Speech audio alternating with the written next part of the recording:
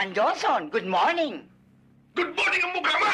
Aray! Bakit ka nakasigaw? Galit ka? Aba, hindi. Nagpapaliwanag lang. Si Yoyong ay ang isa sa batikang komedyante sa industriyang Pilipino ay minsan na nga tayong pinatawa sa mga palabas na kanyang nasamahan. Kilala nga natin ito sa kanyang trademark na palasigaw o yung mainitin ng ulo na karakter. Yung pagka natanong ng bida kung galit ka, ay sasagot siya ng hindi, nagpapaliwanag lang. Uli! Huwag kang mamimila ng pasahero! Tandaan mo yan! Galit ka? Aba, hindi. Pero bago niya pa Nagpapaliwanag tayo napasaya, ay una muna itong nakilala at hinangaan sa loob ng hardcourt bilang si Rosalio Martirez. Siya ay kilalang napakahusay na PBA player at nakapagbigay ng karangalan dito sa ating bansa noong kanyang kapanahunan. Si Martirez ay ang player na nakasama sa huling kupunan ng Pilipinas na lumaro sa Olympics noong 1972. Siya ay tubong Samar at isa sa kinikilala bilang naging haligi ng Philippine basketball.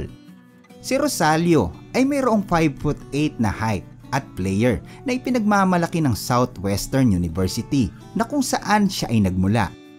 Ito ay unang nakilalang lumaro sa mga idinaos na liga ng Mika noong late 60s at nakasama bilang pioneering player ng Philippine Basketball Association mula noong late 70s na tumagal ng isang dekada. Isa nga si Martirez ay tinuturing na pinakamabilis na point guard sa loob ng hardcourt sa kasaysayan ng liga. Pero ang nakakalungkot naman na balita ay ang biglaang paglisan nito sa mundong ibabaw. Ano nga ba ang naging dahilan ng kanyang pagkamatay? Aalamin natin yan at ating sasariwain ang kanyang mga naging legasiya sa PBA at sa showbiz. Kaya tumutok na. Shoutout po sa Vultures Basketball Team ng Barangay 64 Sagkahan Bliss, Tacloban City at kay Bench Liwanag. Simulan na natin. Si Rosalio D. Martirez o mas kilala nga natin sa tawag na Yoyong ay pinanganak noong September 9, 1946 sa Catbalogan, Samar. Nang maglaon ay lumipat siya sa Cebu na kung saan ay pinagpatuloy niya ang kanyang pag-aaral ng high school at kolehiyo. Nag-aral siya sa Southwestern University sa Cebu City. Hindi nagtagal ay naging varsity player siya ng kanilang universidad. Nagsimula ang kanyang magandang karera sa basketball nung maglaro ito sa Manila Industrial and Commercial Athletic Association o MICA para sa San Miguel Beer sa kalagitnaan ng dekada 60. Noong 1972 Summer Olympics ay nakasama si Martirez sa Philippine National Team upang lumaban sa Olympic Games sa Munich, Germany. Ilan nga sa kanyang nakasama dito ay sina Freddie Webb, Bugs Abornado, Jimmy Mariano at Danny Florencio. Pero malaking kawalan para sa national team na ito noong maband sina Sonny Jaworski at Big Boy Reynoso. Dito ay maganda rin ang ipinakita ni Yoyong dahil nakagawa ito ng 13 puntos. Ngunit hindi pa rin ito naging sapat dahil tinalo pa rin sila ng kanilang kalaban na West Germany sa score na 93-74. Noong 1973 ay muling nakasamang lumaro si Yoyong Martirez ng pambansang koponan laban naman sa Korea at nakamit nga nila ang gintong karangalan sa ABC Championship o ngayon ay mas kilala bilang FIBA Asia Cup.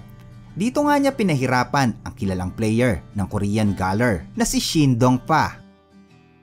Noong mid-70s ay naging pioneer PBA player itong si Yoyong nang maglaro siya sa San Miguel Old Team na Royal True Orange.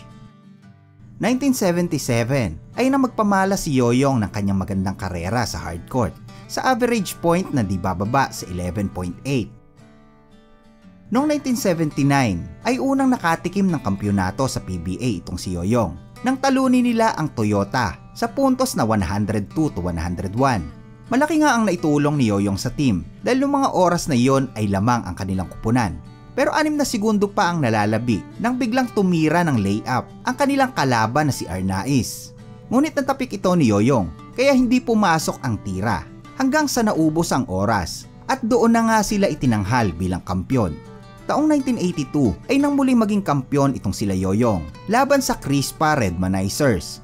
Pero sa kalaunay nalipat naman siya sa kupunan ng Country Fair Hot Dogs. Noong mga panahon na yon ay kilalang kilala si Yoyong bilang isa sa pinakamabilis na point guard at pinakamatinik na defender sa kasaysayan ng PBA. Siya ay nagtala ng 753 steals sa kanyang mga naging laban na umabot sa 326 games. Kaya naman masasabi talagang nakagawa na ito ng magandang karera sa Philippine basketball. Pero nung huling bahagi ng 1984 ay tuluyan na rin nagretiro sa paglalaro itong si Yoyong Martirez. Noon kasing mga panahon na yon ay lumalabas na rin siya sa ilang mga programa sa TV. Ang kanyang pag-arte ay hinangaan na rin sa mga huling taon ng kanyang karera sa basketball. Ayon nga sa kanya, ang basketball na rin ang naging daan upang makapasok ito sa pag-aartista. Una nga lumabas si Yoyong Martirez sa mga programa sa telebisyon na School Bukol mula sa huling bahagi ng 1970s at Jan and Marcia noong 1980s. Ang kanyang unang pelikula na nasamahan ay ang 1985 film na pinamagatang Ma'am, May We Go Out na pinagbidahan ng TVJ. Pagkatapos noon ay naging sunod-sunod na ang kanyang naging proyekto sa showbiz. Umabot nga sa mahigit kumulang na 100 pelikula at television show ang kanyang nasamahan. Ang madalas na ginagampan ng role ni Yoyong ay ang pagiging sidekick sa ilang mga pelikula na pinagbibidahan nila Tito Vic and Joey. Hindi naman malilimutan at mapapantayan ang nakakatawang pag-arte trademark nitong si Yoyong bilang isang mainitinang ulot palasigaw na pagka nasita ng bida at tinanong kung galit ka ay bigla siyang hihinahon at sasagot ng hindi, nagpapaliwanag lang.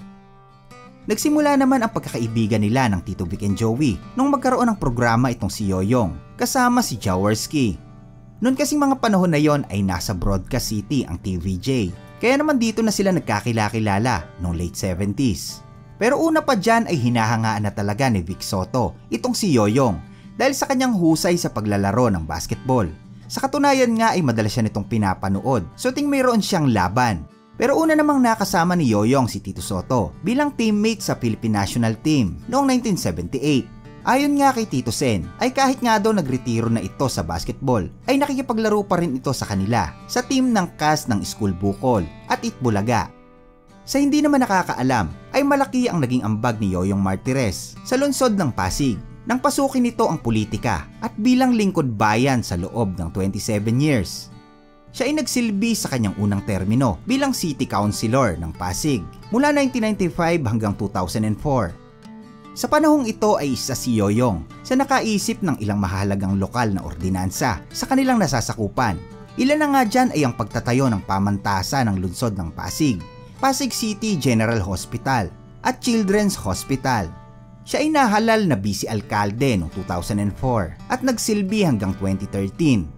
Bilang namumunong opisyal ng sangguniang panglunsod ng Pasig, ay pinangasiwaan niya ang pagpasa ng mga local ordinance tulad ng pagtatatag ng mataas na paaralan ng lungsod ng Pasig, Pasig City Disaster Risk Reduction and Management Office. Ganon din ang pagsasabatas ng Gender and Development Code of Pasig City.